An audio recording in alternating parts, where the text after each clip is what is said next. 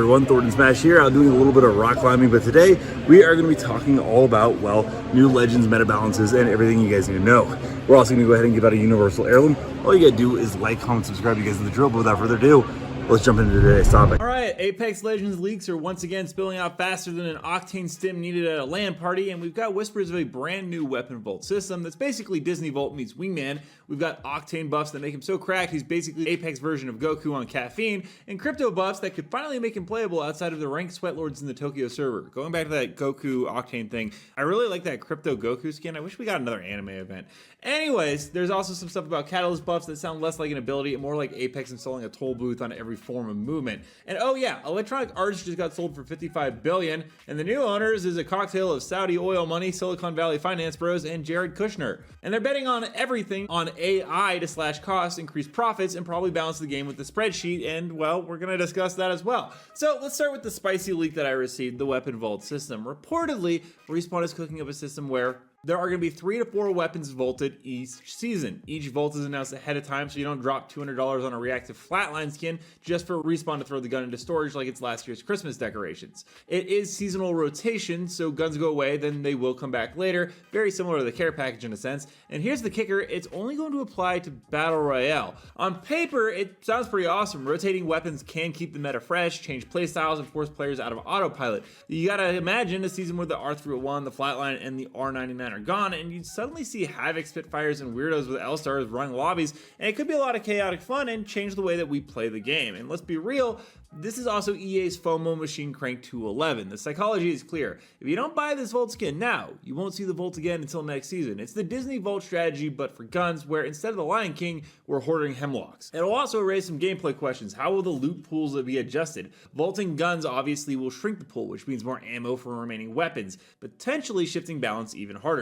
And what about ranked metas? Pro play relies on specific weapons for consistency, and since they've done the ALGS where now you have limited legend selection based off of a vote system, it makes sense that they're doing one for the weapons as well. And the other question I have is, what happens to care package weapons? Could the Vault system rotate them in or out as well? Now, let's move on to the next thing, which is Octane. If the leak is true, Respawn basically said, what if we gave the crackhead even more crack? And here's the breakdown. The stim now increases reload speed, healing item usage, and revive speed. So not only is Octane fast, he's now hyper efficient. Picture this, Octane stim slides into cover, reloads his R99 in half a second, as long as it's not bolted, slaps a syringe into his arm, then revives his teammate faster than Gibraltar can finish saying, getting shot at. Now, perk 1, everyone who uses the jump pad gets stimmed. Translation, Octane just turned into a rave promoter, and I like this. It was about time that he actually gave some team synergy and utility. Now, perk 2 is overshield on jump pad use. Every time Octane pad is basically a Gibraltar bubble with hops. He jumps, gets free shields, and leaves you questioning why your lifeline pick exists. And stim damage is reduced, which is huge, because historically, Octane's biggest counter wasn't Seer or Bangalore, it was actually Octane himself.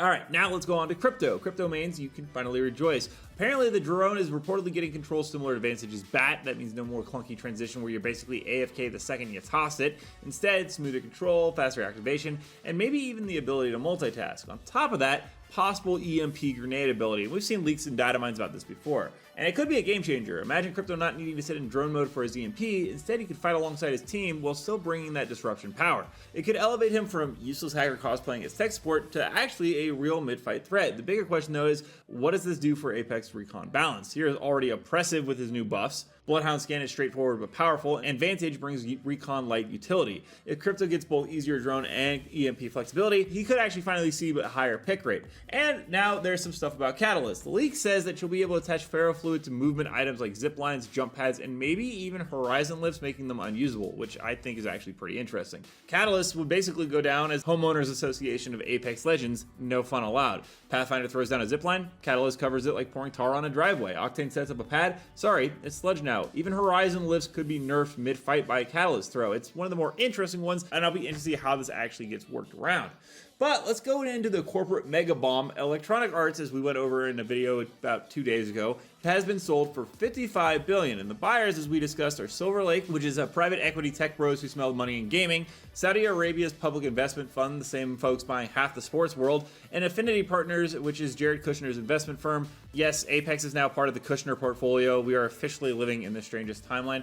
And the valuation, $209 a share, a 25% premium. EA is now private, no more stock market quarterly calls, just billionaires demanding profits. And the playbook, apparently, according to a lot of people out there, is AI. the owners are betting big that AI can cut costs and boost profits, which means AI development pipelines, procedurally generated skins, lore, and cosmetics at lightning speed. We've actually seen some of this already start to happen. Say goodbye to waiting months for recolor. Say hello to daily AI spam drops. The store could refresh faster than you can say, I hate recolors. Then there's the AI balance systems. Instead of patch notes every season, we could see weapons dynamically tuned based on data. Imagine logging in on a Tuesday to find the Volt suddenly does 10 more damage because the AI said so. Consistency might vanish, but hey, at least it's optimized.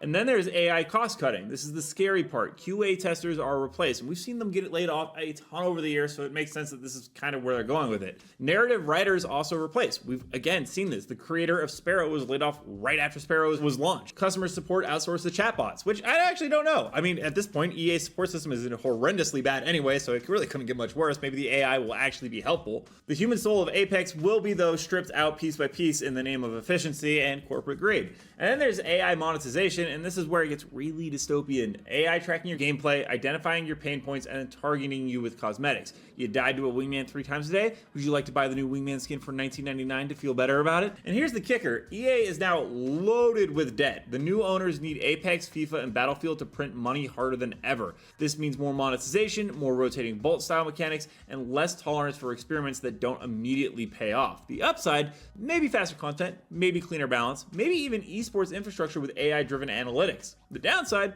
Apex could slowly morph into Soulless algorithm where the devs aren't designing a game, they're supervising robots making content, and the players, well, they're the data points being monetized. All that being said, we're going to jump into community clips now. Don't forget to submit your own to me at Thorn Smash on Twitter. Without further ado, let's get into it. Setting up a zipline. Halfway to winning, amigos. Giving my shields a recharge. I have returned.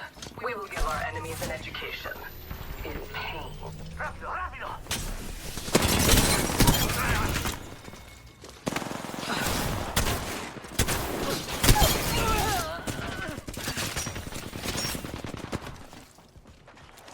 Must go faster. Shields are depleted. Recharging. Recharging shields.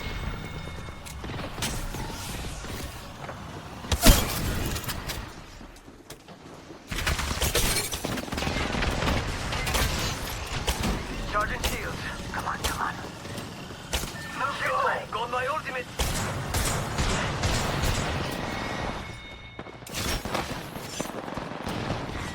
Attention, your squad is nearing victory.